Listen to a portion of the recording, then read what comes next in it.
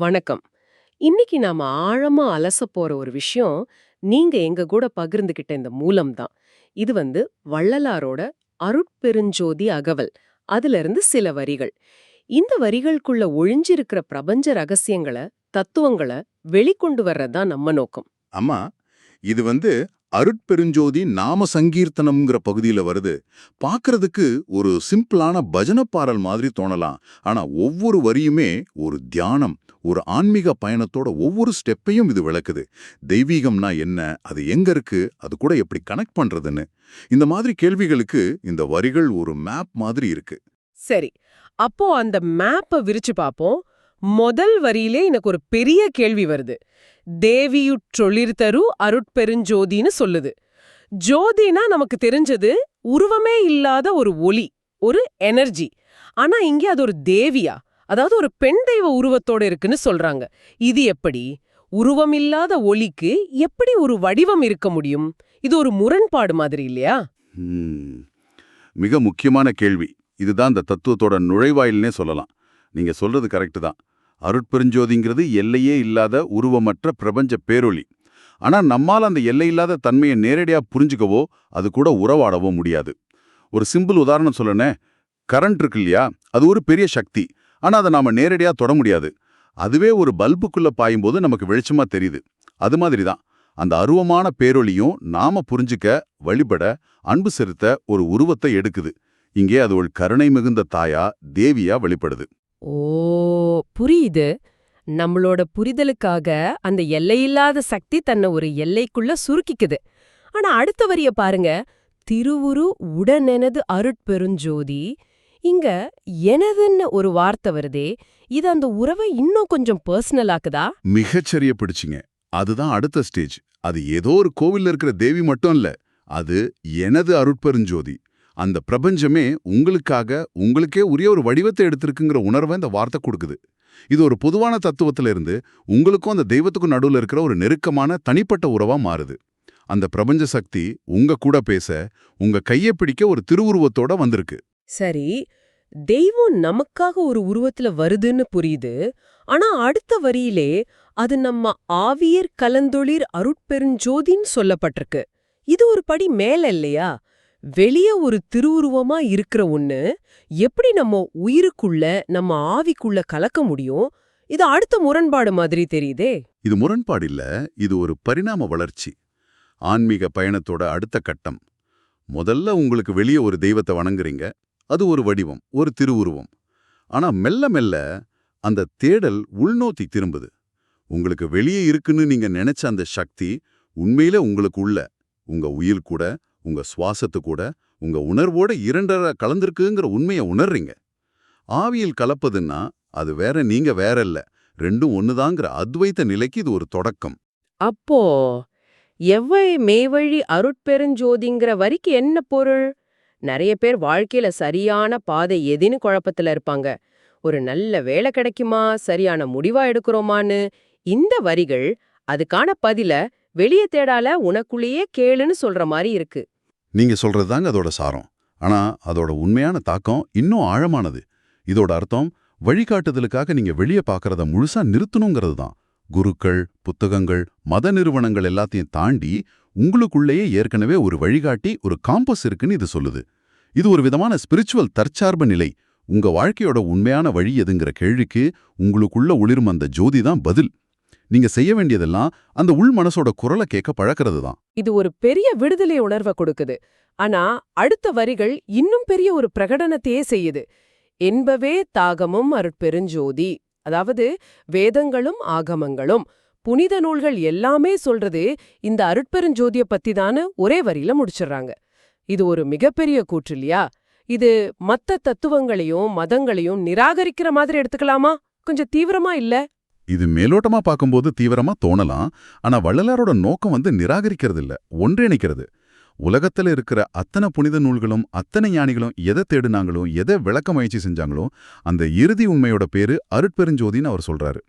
இது ஒரு மலையோட உச்சியை பார்த்து எல்லா பாதைகளும் இங்கதான் சேருதுன்னு சொல்ற மாதிரி. அவர் மத்த பாதைகளை தப்புன்னு சொல்லல. எல்லா பாதைகளோட இலக்கும் இந்த ஒரு பேரொளிதான்னு சுட்டி காட்டுறாரு. சரி, எல்லா நூல்களோட சாரமும் இதுதான் அறிஞ்சுக்கிட்டா மட்டும் போதுமா? ஏன்னா அடுத்த வரியே அவ்வழியே எனக்கருள் அருட்பெருஞ்சோதின்னு ஒரு கோரிக்கையை வைக்குதே. இதுதான் இதுதான் இந்த தத்துவத்தோட மிக முக்கியமான இடம். இங்கதான் அறிவுக்கும் அனுபவத்துக்கும் உள்ள வித்தியாசத்தை வள்ளலார் அழகா காட்டுறாரு. வேதங்கள் சொல்றது இதுதான்னு தெரிஞ்சுக்கிறது அறிவு. ஒரு மேப் பார்த்து ஓ இதுதான் வழி அப்படின்னு புரிஞ்சுக்கிற மாதிரி. ஆனா மேப் பார்க்கறதுக்கும் அந்த பாதையில உண்மையிலே பயணம் செய்யறதுக்கும் பெரிய வித்தியாசம் இருக்கு இல்லையா?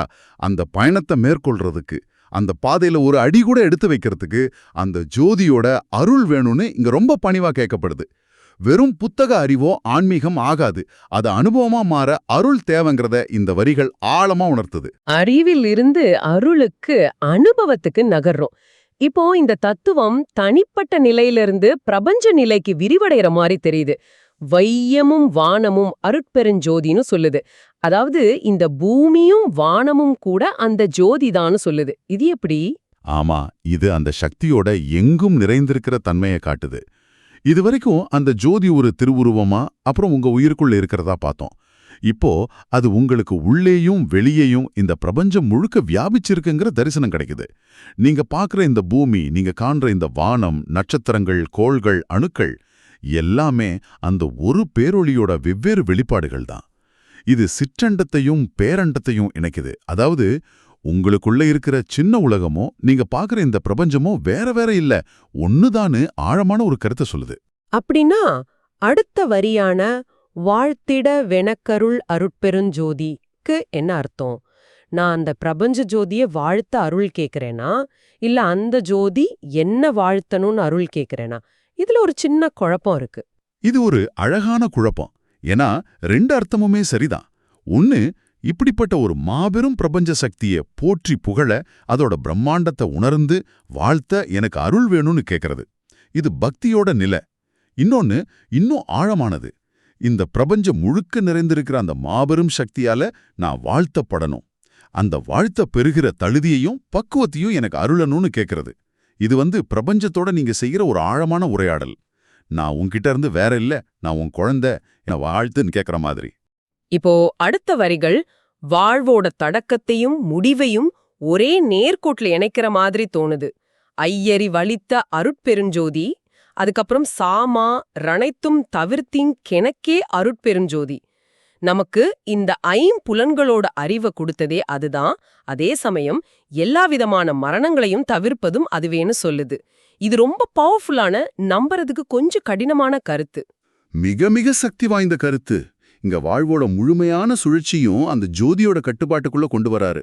உங்களுக்கு சிந்திக்கிற, உணர்ற, பார்க்கற, கேட்கிற ஐயறிவை அளிச்சதே அந்த தெய்வீகம்தான். அது வாழ்வோட தொடக்கம். அதே சமயம் இயற்கையோட தவிர்க்க முடியாத நியதியா கருதப்படுற மரணத்தை, அதாவது சாமாருங்கிறத தவிர்க்கிற ஆற்றலும் அதுக்கே உண்டுன்னு சொல்லப்படுது. சாமார அனைத்தும்னு சொல்லும்போது அது வெறும் உடல் ரீதியான மரணத்தை மட்டும் குறிக்குதா, இல்ல இதுக்கு வேற ஆழமான அர்த்தங்கள் இருக்கா? இது ஒரு மிக ஆழமான கேள்வி. வள்ளலாரோட தத்துவத்துல சாமாறு அனைத்தும்னா அது வெறும் பிசிக்கல் டெத் மட்டும் இல்ல, அறியாமையால வர்ற மரணம், ஆன்மீக வளர்ச்சி நின்னு போறது, துன்பத்தாலையும் பயத்தாலையும் வர்ற மரணம், இந்த மாதிரி எல்லா விதமான எதிர்மறை முடிவுகளையும் குறிக்குது. வாழ்வோட இயல்பான வளர்ச்சிக்கு தடையா இருக்கிற எல்லாத்தையும் நீக்கி ஒரு நிரந்தரமான, ஆனந்தமான, ஒளிமயமான நிலையை அள்ளணுங்கிற கோரிக்கை இது. இதுதான் வள்ளலார் சொல்ற மரணமில்லா பெருவாழ்வுங்கிற உயர்ந்த நிலையை நோக்கிய தேடலை ரொம்ப தெளிவா காட்டுது. இது வெறும் உடல் அழியாதுங்கிறத தாண்டி நம்மளோட உணர்வு, நம்ம பிரக்ஞை அழியாதுங்கிற ஒரு உயர்ந்த தத்துவ நிலை. ஆஹா, இது வாழ்வோட முழுமையான மாற்றத்தை கேட்கிற ஒரு நிலை. கடைசியா ஆமாரருளிய அருட்பெருஞ்சோதி, இந்த ஒற்ற வரி இதுவரைக்கும் பேசின எல்லாத்தையும் தொகுக்கிற மாதிரி ரொம்ப சிம்பிளா ஆனா ஆழமா இருக்கு. இந்த ஆமாருங்கிற வார்த்தைக்கு என்ன அர்த்தம்? ஆமாறுன்னா ஆகும் வழி, இல்லைன்னா இருக்கும் தன்மை. அதாவது நீங்க எப்படி வாழணும், உங்க குணம் எப்படி இருக்கணும், உங்க வாழ்க்கை எப்படிப்பட்டதா உருவாகணுங்கிற வழியையே அருளியது அந்த அருட்பெருஞ்சோதி தான்.